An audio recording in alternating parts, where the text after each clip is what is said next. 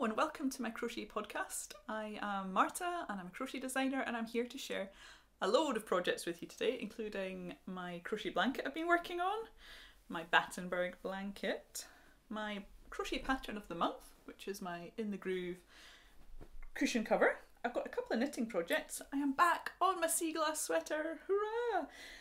Look out for that. And I have a finished, oops, it's almost off the balloon. A finished Portmoak Mossum beanie hat as well. And all that is coming up in this episode. So I'm going to start with the finished things. And in the last podcast episode, I shared with you this wrap, which had gone horribly wrong. And I explained how I had finished it, soaked it, and put it in the washing machine to give it a quick spin dry, and how it had come out this crazy length.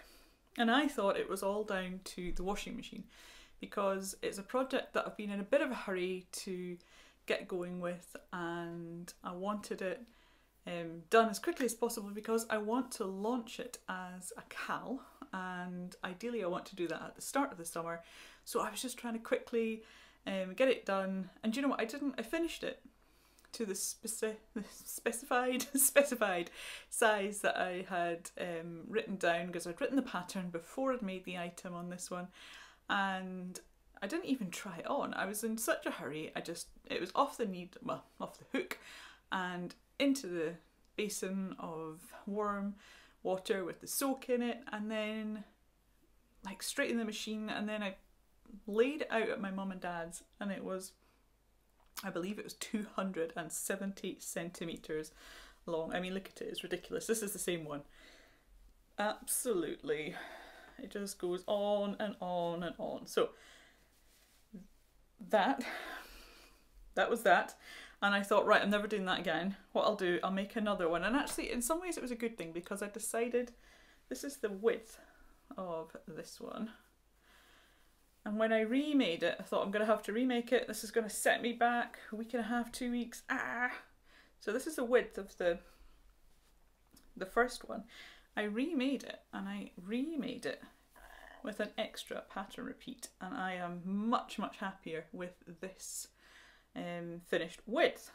However, I'd sent it to my testers, and I was working on it and they were working on it, and one of the testers messaged me to say, so I've just finished it to the number of repeats that you said, and mine is only, I think it was something like 39 centimetres, and I measured mine. It starts in the centre, this one, let's find the centre. It starts here and works out in both directions. Can you see? So this was Julie.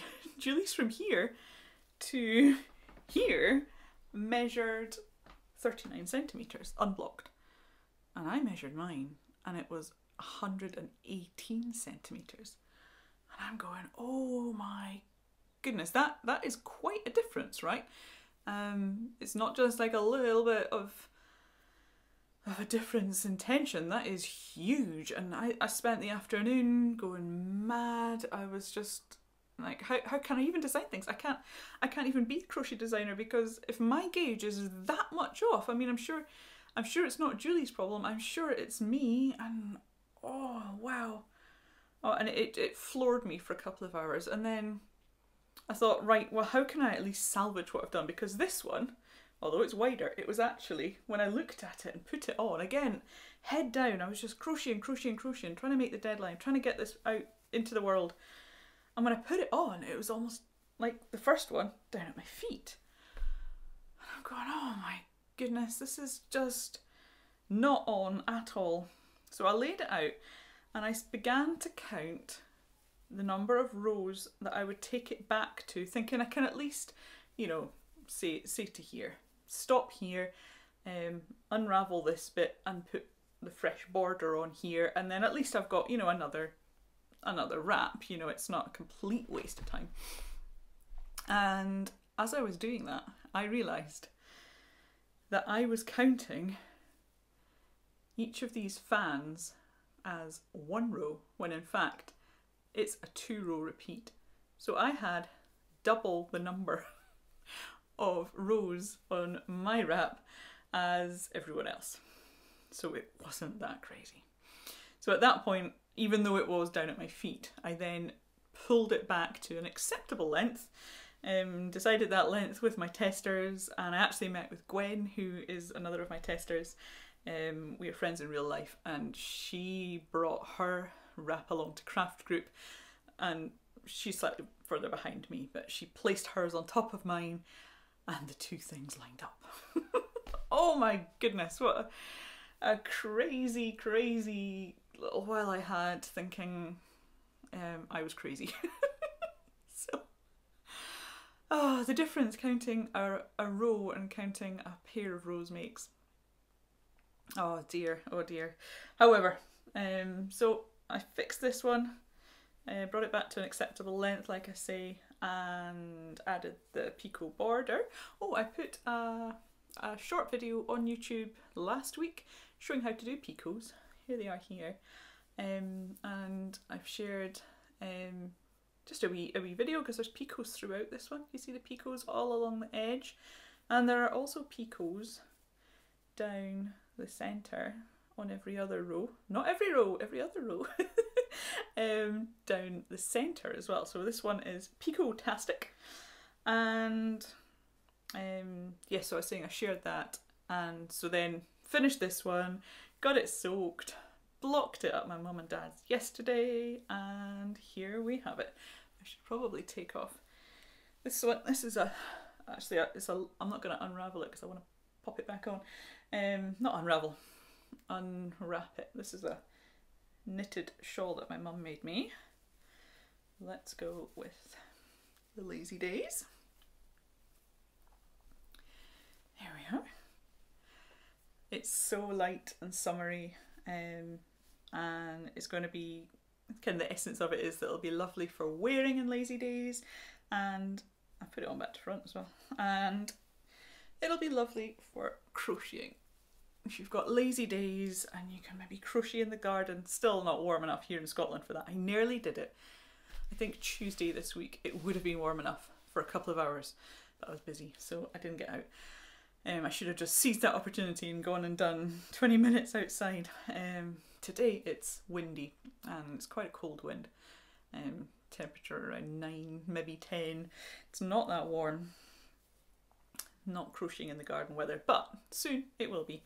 And this would be a lovely one to sit and crochet in the garden in the summer. So the yarn is from Liv at the Wool Shed, and she hand dyed it for me based on the lovely illustration by Katie. And I had it here a moment ago. Oh, give me a sec, it's just here. Yeah. Based on this lovely illustration by Katie, who is Katie Birdie Does on Instagram. And so the illustration inspired the yarn, which inspired last year. I made a pair of socks, I crocheted a pair of socks, and that was last year's cal. This year, because I still had some yarn left, I thought I would design a wrap, and this is it. And that'll be coming your way as a cal, hopefully at the end of this month. I'm always saying it, but sign up to my newsletter, because that way you'll keep up to date with when the cal is released, because I think there are only going to be 40 kits available. It'll be available as a kit, so you'll get the bag, you'll get your yarn, you will get a crochet hook. I ordered some lovely extras this week, something that wasn't in last year's kit, something new for you. That's going to be there, and yeah, a few other bits and pieces. You just have to see what those are nearer the time, and that's going to be available for pre-order possibly even as early as the end of next week. Next week I have the photo shoot with my eldest son, weather permitting. I want to be out somewhere, I want it to be nice and green in the background, so hopefully we're going to do that next week, and from there I will then have the photos and I'll be able to launch the kit as pre-order. So everything I mentioned should be down in the description, so do check that out, and if I do miss anything, just send me a message and I will get onto that. wonder if I can wear that like that for this podcast. Yeah, why not? So, first finished thing, second finished thing, almost. It's still on the balloon. This is the Portmoak Moss Beanie Hat by Louise Mossam, and it's still a bit damp, so I'm going to leave it on the balloon. I like to block my hats on a balloon.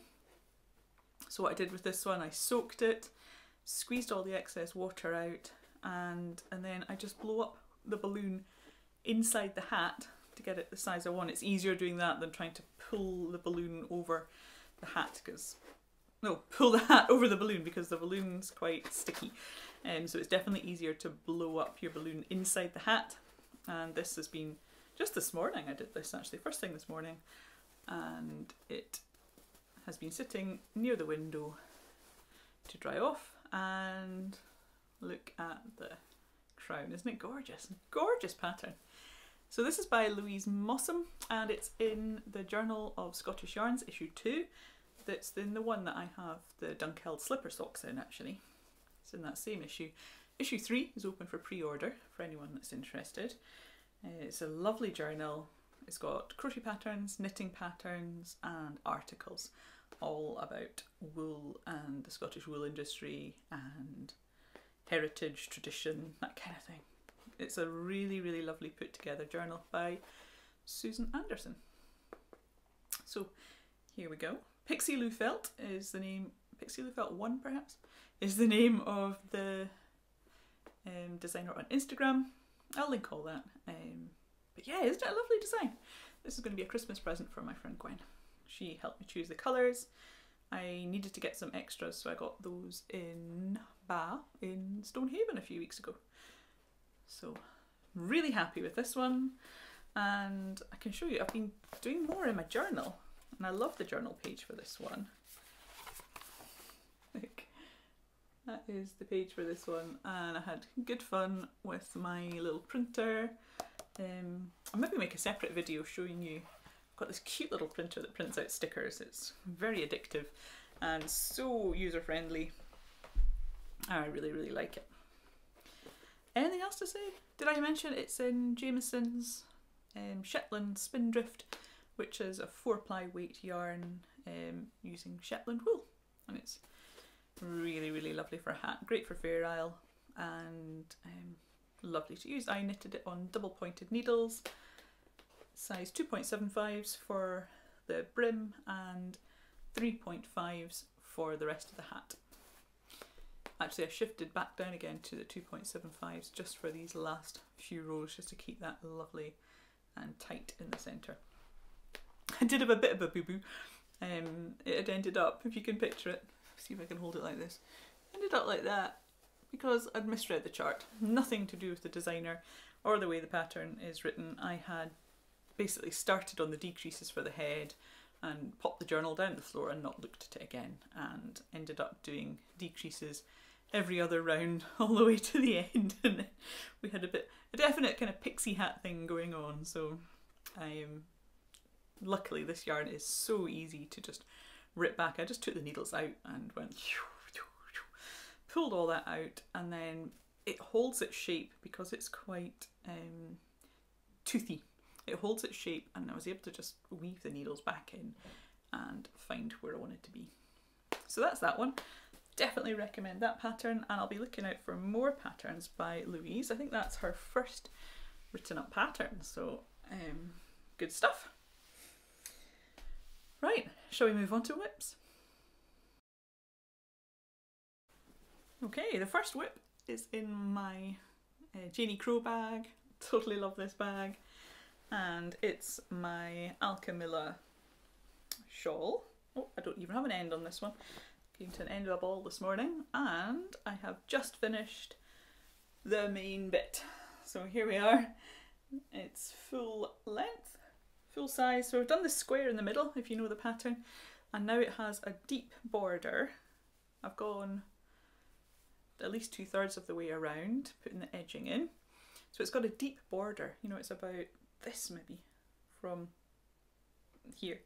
A big deep border with a lovely wave to it, lovely corners. Got quite a few ends, The wool I'm using has got some knots in it, which is why there's more ends than you probably would have. It's this wool. It's discontinued, it's quite old I think. It's Rowan, 4-ply true botany, and it's 100% pure wool. Feels lovely and soft. It's, I would say, slightly thicker than most of the 4-ply yarns that I've worked with, and definitely thicker than the yarn which Cat Golden used to write the pattern. So I have swatched and I have gone up a couple of hook sizes to accommodate that, just so it was nice and drapey. Actually, I've still got my original swatch. Yeah, this is what I did the first time. And although I met gauge, it's not really that drapey. So I went up quite a bit, knowing that I have plenty wool, and if I use more wool than the pattern recommends, or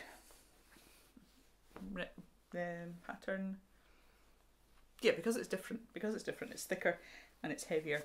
I've still got another 3 balls to do the border, so I will be fine. This is currently a CAL run by the Crochet Project, and I'll put the link to that, which is an affiliate link, full disclosure on that. It is an affiliate link and I'll put that in the description, so I do get a small percentage if you go ahead and click on it. But do go and have a look. You can either join the Hub, which is a membership, or you can just buy the pattern as it is, and both things are worth checking out if you want to know more about that. I've spoken about it before, so I'm not going to say any more. I'll have a quick sip. Keep picking up my tea. It is cold today. I know, I'm always saying this. One day it'll be warm, and I will stop whinging about how cold it is. Although I don't have a woolly jumper on today, so it's maybe slightly warmer, right? Next up is my Battenberg. And again, it's been another 2 weeks and I haven't added any more to this. So this is the same as it was last time I showed you, but I have added a lot of little squares to my box. So I am chuffed with that. It's filling up nicely, and I got some birthday money from my father-in-law, and I've ordered some mini skeins to help. You know, there's some colours missing in here. Don't all fall, sitting there nicely. I'd like another row. If we could, I know, if I hold it this way. I'd like another row, and that would just satisfy me a lot. So I haven't been doing any joining. I'm gathering squares, I'm gathering colours. As I mentioned in the last one, I've been using the Zauberball Crazy, or the Crazy Zauberball, and coming up with all sorts, this is all from the same ball, all sorts of different colours, which has been fun and is really giving me loads more extra colours. So not too much work on this, although there has been some, so it was worth sharing that. The other project that from your point of view will not have had much work, and I have to be careful how I show this one because I'm keeping bits of this one secret, because this is going to be another CAL later on in the summer, probably once the Lazy Days CAL is finished. Let's see, can I show just this bit? And the centre here. We'll show the centre, that's safe. So this is my yet to be named blanket, and it's crocheted in Hobbii Yarns Friends Extra Fine Merino, which feels so soft, and I love the colours. I'm absolutely in love with the colours in this. So although I haven't added a single stitch to it, I have added a lot of words to the pattern, so it's coming along nicely. I'm almost at the stage where I'm happy that it's all written up. I just wanted to make sure that this one's worked in panels, and I wanted to make sure that the construction was all written up just right before I went and added the border, when it might be a bit harder to see exactly what I'd done where. It's really clear just now because I've left the ends. Let's see if I can find some to show you. I've left the ends in so you can see, so I can see which end I started and finished on, and once I work into the ends of the rows to create my border, that'll disappear a little bit. So I am wanting to just get the pattern completely written up, which it almost is, because I've got a few exciting projects that I'm going to start. Not as if I've got enough. I've got a lot of things on the go. I don't have anything fresh on the go though, so I've got a few ideas in my head, and I am wanting to get things finished. Definitely want to get those two finished, the Lazy Day shawl and that blanket. I'm going to announce a competition to name that blanket, and that'll be in my newsletter. So if you aren't signed up to that, sign up to that, because the winners will... There's normally a few winners. Often when I do a naming competition, I take a little bit of one suggestion, a little bit of another, and even if someone's kind of close to that, I'll normally give all those people prizes. So quite a big chance of winning copies of the pattern if you sign up to my mailing list and give me an idea for the name for that blanket, because I have nothing at the minute. It's kind of Crochet Blanket 4, because it's the 4th blanket I have designed. I have 3 scrappy blankets under my belt already, and you can find all those on my blog. One of them, well, two of them are free. The 3rd one is also free, with the option to upgrade and get more sizes, video tutorials, more sizes and video tutorials. I think that's the extras that come with the paid for one. So if you can upgrade to that, or you can just follow along with the one on my blog. No problem with that. All depends what you're doing, what size you want, and what level you're at. So this is the 4th blanket I have crocheted, and yeah, it's kind of Crochet Blanket 4. It needs a better name than that, right? I'm sure you guys can come up with something. I'll probably put a few pointers in. Kind of the way I'm thinking it's kind of going. It's got a vibe. It's definitely got a vibe. But as for a full name, I don't have one. And the other thing that I have gone back to this week, I have pulled out of hibernation. You'll have seen it in my intro there, and it is my sea glass sweater. Now this has been in the naughty corners. That's maybe a bit extreme. I've certainly mentioned it in a few podcasts, and it's usually been sitting there and I've been looking at it and longing to get back to it. Here it is. It's definitely worth going back to. The problem I had with it, I got all the way down to the waistband, and I even knitted the waistband. This is knitted, I should add. Knitted the waistband all in one colour. I think I chose a nice brown colour for it. Knitted that, so it was then off the needles, because the arms, or the sleeves, they are just on some scrap yarn at the minute, and they will get worked into later. So at that point it was off the needles, and I was able to try it on without fear of anything pinging, and the armholes just felt way too snug for me. I didn't like them one bit.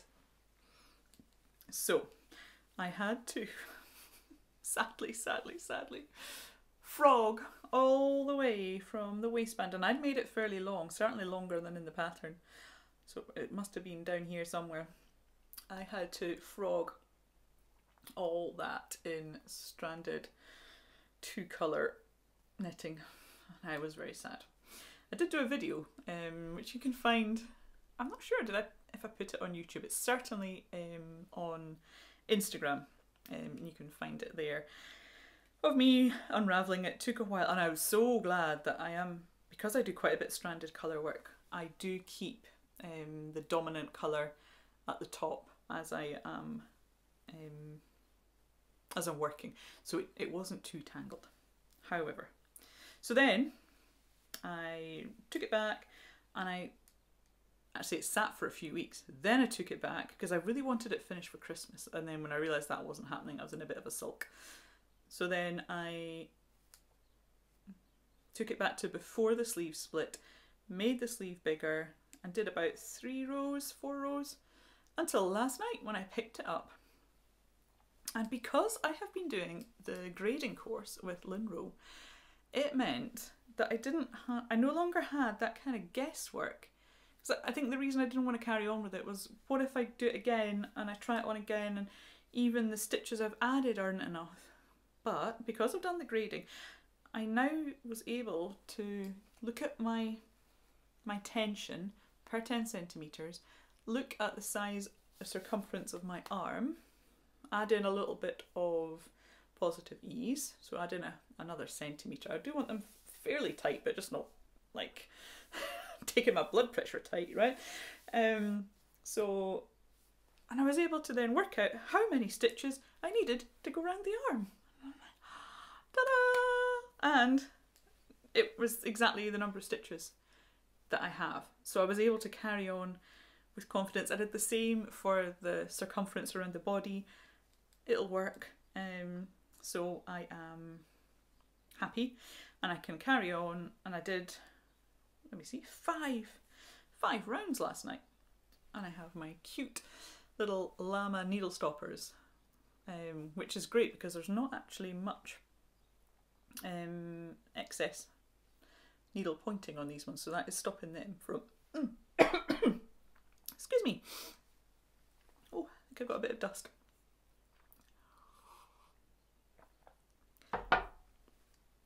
So that is keeping them nice and secure and stopping them pointing anything. So this pattern, I guess I should say, is the Sea Glass Sweater by Wool and Pine Designs. It's a pattern I found on Ravelry because loads of people were making it last year, and I kept looking at it and eventually took the plunge, and it's scrappy. I was just adding the colours as I got to them, but obviously I've frogged and they are now in balls, and I am using the, ooh, what join is it? It's not the Russian join. I'm using Magic Knot on these. You can see some there, and I'm really happy with that. There is no sign of them coming out. I think once I use it in a crochet project, I shall do a wee video on how to do Magic Knot, because I think my next scrappy blanket, I am going to use Magic Knot on that. So yeah, I definitely recommend this one. I'm loving how squishy it is.